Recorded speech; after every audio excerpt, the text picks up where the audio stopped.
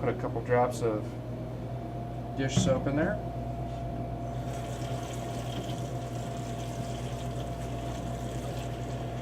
Then using some paper towel will help spread everything around. It'll keep your hand, any grease that might be on your hands and whatnot, off the Lexan as well.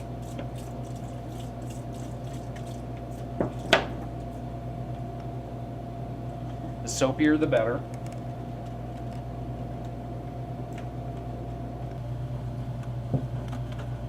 And you want to make sure that you really rinse it out thoroughly then.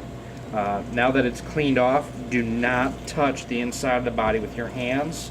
I know some people who paint, once they've cleaned the body, they'll actually use latex gloves to apply the liquid mask or masking tape or things like that, just to keep any oils or things like that that are on your hands off of the body. Now that we've got the body properly rinsed off and everything, we're going to go ahead and we're going to set it aside to dry. Now if you do want to go ahead and speed up the drying process, you can use a hair dryer or a heat gun set to low to go ahead and blast the excess water out.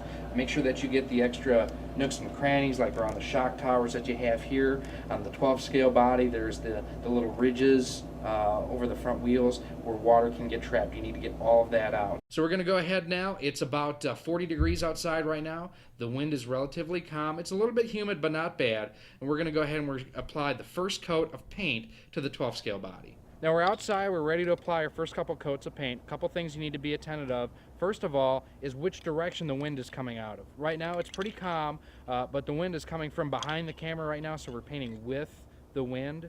You can kind of see with my breath going over my shoulder that we're going in the right direction.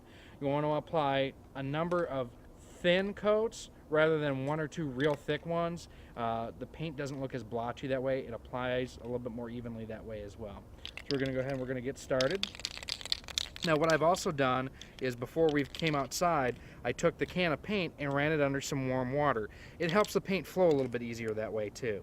So just real light, easy strokes. You see I'm not blasting the body with paint.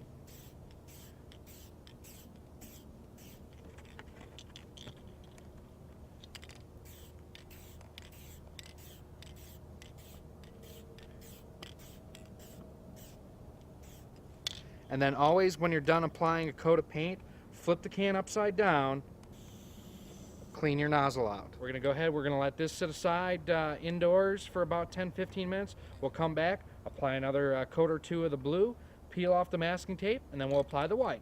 Back in from outside now, and we did apply 3 coats of blue and 3 coats of white to make sure that we had complete coverage over the entire body. If you do notice, I have cut out the area for the right rear wheel well.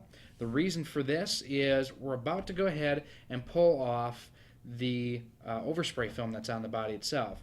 I've already kind of prepped half the body so you can see what it'll look like with that film off. You see it's got a real nice sheen to it and everything, and I've started to apply some of the pinstriping that we're going to use. Unfortunately, when I did that, I forgot, if we can take a closer look here, this is the overspray film I've pulled off, and you can see my mark that I put on there for the left rear wheel. Even I make mistakes from time to time, so that's something I'll have to mount the body on the chassis, get everything marked up, but now that I've got the right rear done, I can go ahead and pull everything off. What I've done here too, as you can see, is I've started to apply the pinstriping that I'm going to have on there, and if you see, I've got a little bit of overlap on the front end here.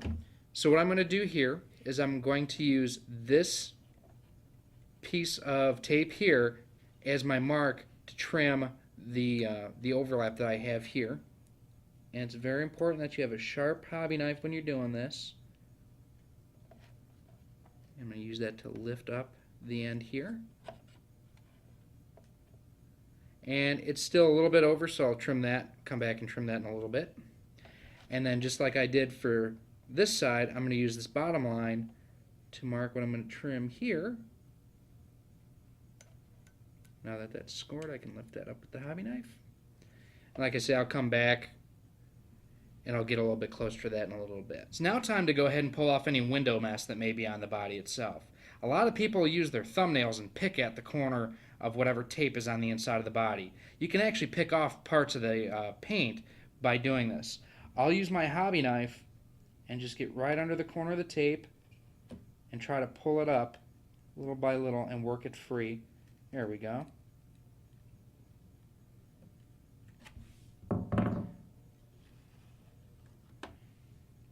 And since this was actually masking tape instead of an actual window mask, this one will come off in a couple different pieces.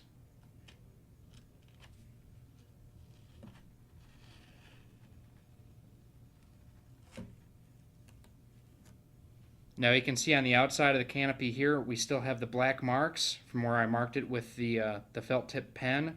Those will be gone in a moment when I pull off the overspray film, but I am going to use some of the red pinstriping to go ahead and kind of dress this area up a little bit, make it stand out a little bit more. Well, now we're going to show you actually how the overspray film itself comes off. It's really pretty slick. Just grab a corner and pull straight up, and just like that, any overspray that may have been on that body is now stuck to here, and you have a nice pristine surface to apply any decals on. So there you have it. We've given you some basic body painting techniques. As you can see here, this wasn't very labor intensive, didn't take a whole lot of time. I'd say start to finish just to apply the paint, about 5-10 minutes or so. Had to go ahead, just apply the tape itself, wash the body out, and then we were ready to apply the paint. It doesn't take a whole lot to really snazz up. This is really just a 3-color card too, if you think about it, with the blue and the white. If you do have any questions on any of the techniques that you saw here, feel free to email us at editors@horizonrc.com. Take care.